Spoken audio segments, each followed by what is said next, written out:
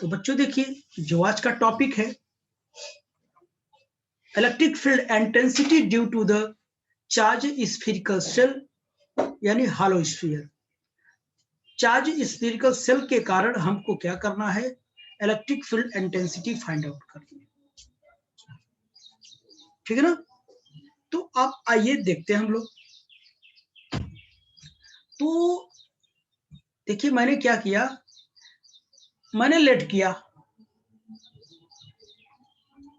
देखना, let us consider a spherical shell of radius r, and when the charge is given to the shell, then it uniformly distributed over the surface of the spherical conductor। ठीक है ना। यानी एक मैंने इस shell लिया जिसकी रेडियस r है, अगर इस पे मैंने चार्ज दे दिया तो ये चार्ज क्या है, यूनिफॉर्मली तरीके से इसके सरफेस पे डिस्ट्रीब्यूट हो गया। ये चूंकि कंडक्टर है, ठीक है ना, और या ये कह सकते हो कि ये हालो टाइप का है, तो जाहिर सी बात है इसका जो चार्ज होगा वो क्या होगा, सरफेस पर ही होगा। अगर कंडक्टर वो सॉलिड भी है तो अंदर चार्ज नहीं होगा।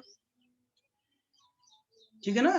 तो हमने ये नहीं कहा स्फेरिकल सेल ही हालो होता है, मैंने बताया कि जो शेल होता है, शेल हो गया और हालो स्फीयर हो गया, स्फेरिकल कंडक्टर हो, वो सॉलिड हो या हालो है, तीनों एक ही जैसा क्या करेगा, बिहेव करेगा। अगर तीनों के बारे में आ जाए तो आप यही सेम निकालेंगे। ठीक है ना। तो अगर कंडक्टर होता है, कंडक्टर है, अगर सॉलिड भी है तो भी अंदर फील्ड नहीं होगा, अंदर फील्ड हमेशा क्या होगा, जीरो होगा, इसलिए अंदर कोई चार्ज डिस्ट्रीब्यूट नहीं किया जाता है। क्यों नहीं किया जाता, अगर इलेक्ट्रिक फील्ड में किसी कंडक्टर को हम क्या कर देते हैं, रख देते हैं, तो इसमें क्या है, आप जानते हैं फील्ड की डायरेक्शन क्या होती है, पॉजिटिव से नेगेटिव की ओर होती है। तो इसमें इंडक्शन के कारण पॉजिटिव आ जाता है। ठीक है ना। इधर पॉजिटिव तो इधर क्या आता है, नेगेटिव आ जाता है, उधर पॉजिटिव आ जाता है। इसमें भी एक अपोजिट फील्ड आ जाता है। जो ये फील्ड एक दूसरे को क्या होते हैं, अपोजिट होते हैं, और नेट फील्ड कितना होता है, जीरो हो जाता है कट के। इसलिए किसी कंडक्टर के अंदर जो फील्ड होता है हमारा, वो क्या होता है, जीरो होता है। आपने इंटरमीडिएट में पढ़ा होगा। ठीक। तो हमने स्फीयर लिया, उस पर चार्ज डिस्ट्रीब्यूट कर दिया, और क्या करते हैं कि अब इसके लिए हमको we have to find out electric field intensity at three position में हमको इलेक्ट्रिक फील्ड फाइंड आउट करनी है। वो कौन कौन सा है, at external, at surface, at the internal point. ठीक है ना। तो तीन चीज।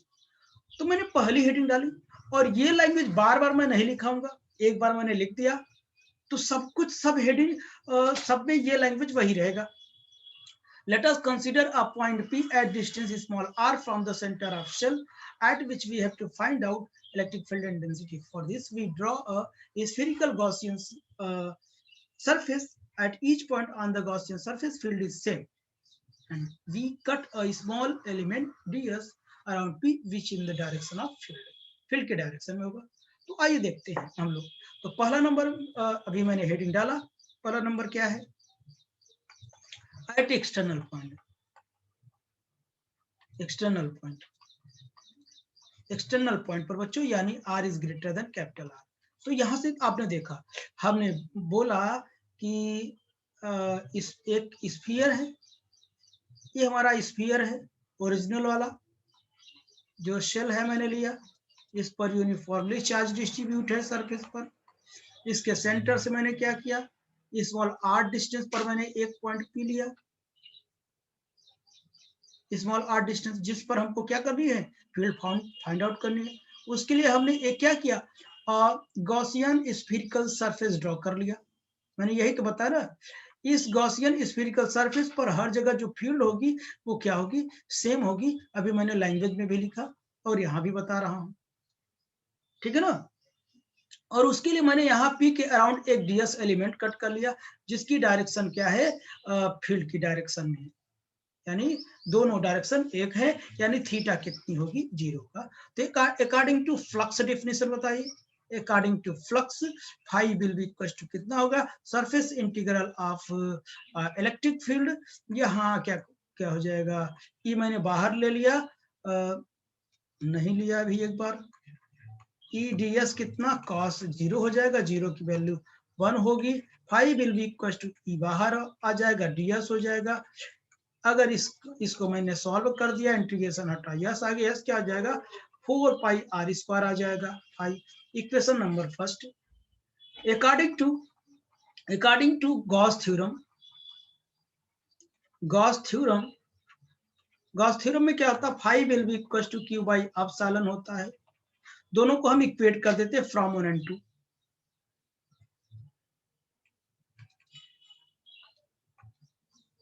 क्या करते हैं बच्चों, इक्वेट कर देते हैं फ्रॉम 1 and 2।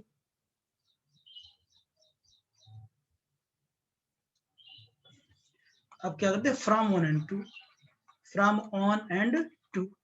तो ये क्या था, e into 4 pi are square, और क्या हो जाएगा क्यू बाई एप्सिलॉन। तो e हमको निकालना, सब कुछ इधर ले आऊं, तो ऐसे एडजस्ट भी कर दिया 1/4 pi epsilon not q by r square. ये बच्चा जानता है, आप लोग भी जानते हैं। अगर इसे वेक्टर फॉर्म में लिखो, इन वेक्टर फॉर्म क्या हो जाएगा, vector e will be equal to 1/4 pi epsilon not q by कितना आर स्क्वायर आर कैप हो जाएगा। ये वेक्टर फॉर्म में हो जाएगा, यानी सेंटर से आउटवर्ड डायरेक्शन में होगी इसकी डायरेक्शन, फील्ड की डायरेक्शन। और ये वेरी किस टाइप से कर रहा है, inversely proportional to the r square. ये वेरी कर, अभी ग्राफ तीनों का एक साथ बना के दिखाऊंगा। ठीक बच्चों, तो ये आप लोग हमेशा जानते हैं हमेशा से, ठीक है ना। अब second number, at the surface. Surface में मतलब जब आर कितना हो, इसके क्या हो, इक्वल हो।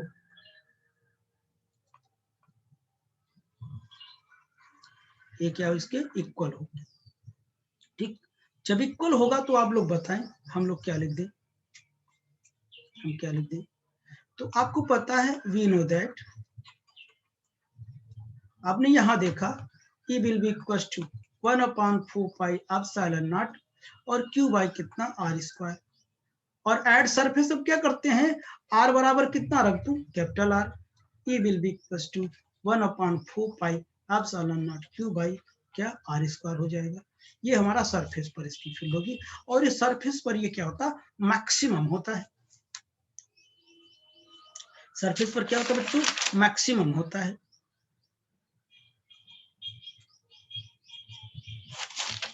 ये सरफेस पर क्या होता है, मैक्सिमम होता है।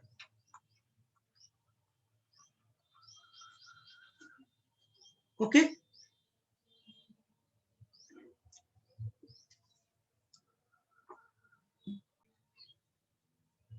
यहां तक हो गया।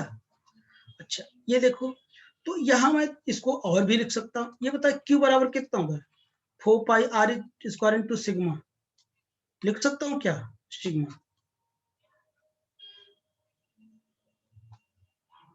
सरफेस पर चार्ज है, तो क्योंकि sigma will be equal to क्या, चार्ज बाई वॉल्यूम होता, वो सरफेस एरिया होता है ना, क्योंकि सरफेस पर डिस्ट्रीब्यूट हो रहा है। तो ये कितना हो जाएगा, Q by 4 pi are square ना। तो अब देखिए, क्यू की वैल्यू मैं रख देता हूं यहां पर।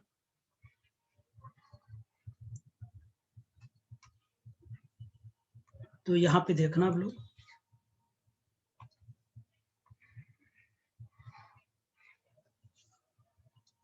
अब देखना, तो E will be equal to कितना हो जाएगा बच्चों, 1/4 पाई एप्सिलॉन नॉट, क्यू की वैल्यू कितना हो जाएगा 4 pi are square into sigma pi are square.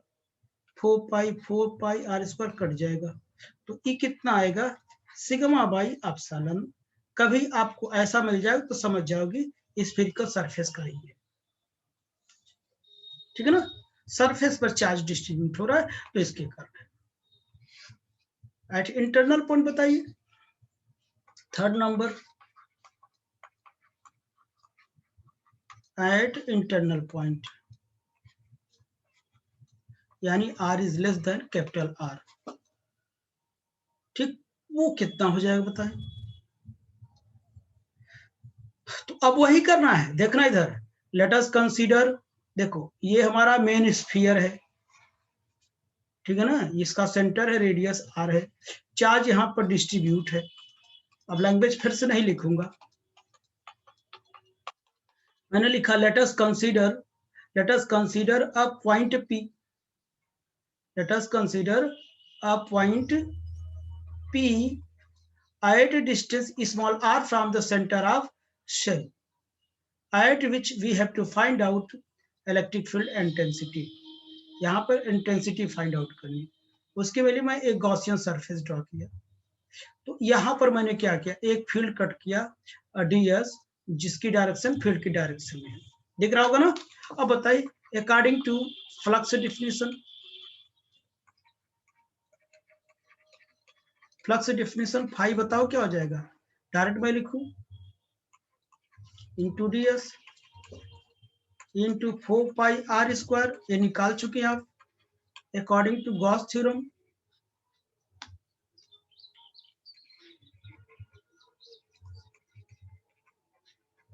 Gauss theorem phi will be equal to 1 by epsilon into charge enclosed, charge enclose, कोई charge है इसके अंदर, केवल सरफेस में है, इसके अंदर कोई चार्ज नहीं है, ठीक है ना। तो phi will be equal to 1 by epsilon into 0, यानी 0।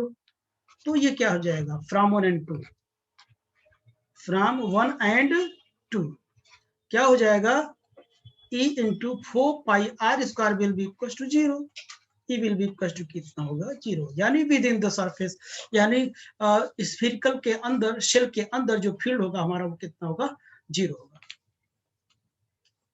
आइए हम लोग इसका ग्राफ प्लॉट करते हैं, देखते हैं ग्राफ किस तरीके से बिहेव करेगा, ठीक है ना। तो हमने क्या किया, ये देखो मैंने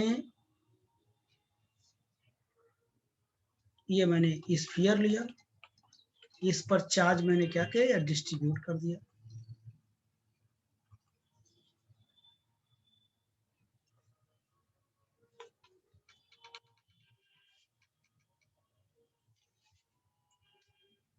थोड़ा बड़ा बनाता हूं,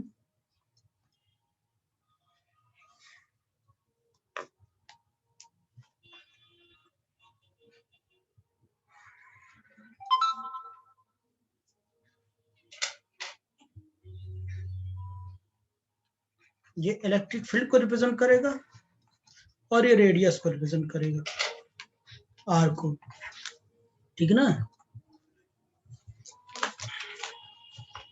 तो यहां देखना आप लोग,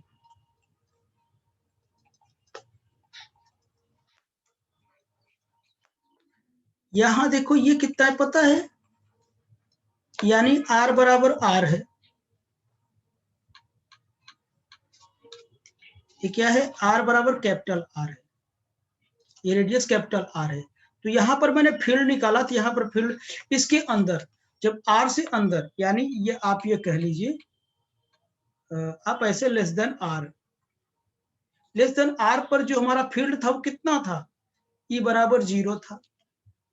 देखो इसके अंदर देखो ये क्या था, 0 था, और यहाँ पर हमारा मैक्सिमम था 1/4 pi epsilon not q by कितना, r स्क्वायर, ये था।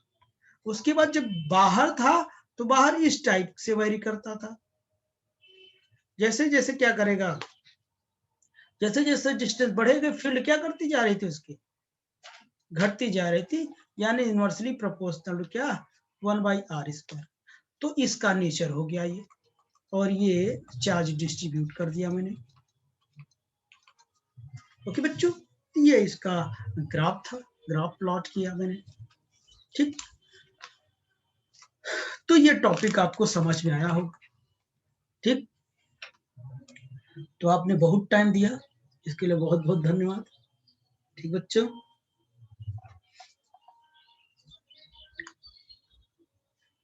बस करूं, जी सर, ठीक।